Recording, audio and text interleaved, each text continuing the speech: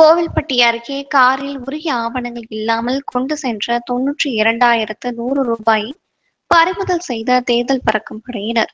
தூத்துக்குடி மாவட்டம் கோவில்பட்டி அருகே வடக்கு திட்டங்குளம் சந்திப்பில் கோவில்பட்டி பேரவை தொகுதியில் வட்டார வளர்ச்சி அலுவலரும் நிலையான கண்காணிப்பு குழு அதிகாரியுமான தனலட்சுமி தலைமையில் தேர்தல் பறக்கும் படையினர் வாகன சோதனையில் ஈடுபட்டனர்.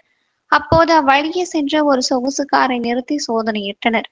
அதில் 92,100 ரூபாய் இருப்பது தெரியவந்தது.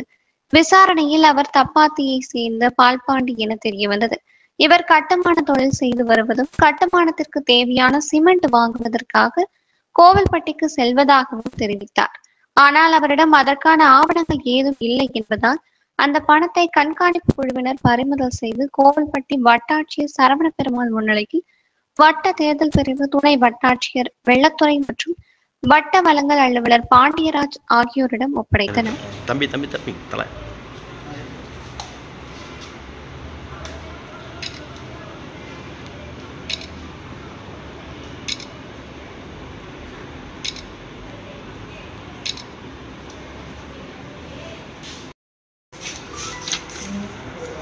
சாட்சி யாரா போடணும் உங்களுக்கு போடணுமா ஒன்றும் பிரச்சனை இல்லை யார் போடான்னு சொல்லுங்க என்னாச்சு கூட ஒரு கைக்கு வாங்கிக்கலாம்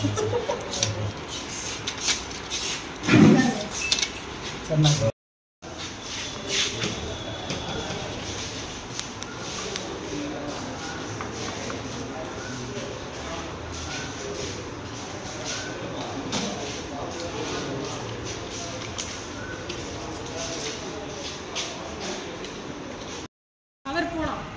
செல் நம்பர் வாங்கிட்டாச்சு அவ்வளோதான்.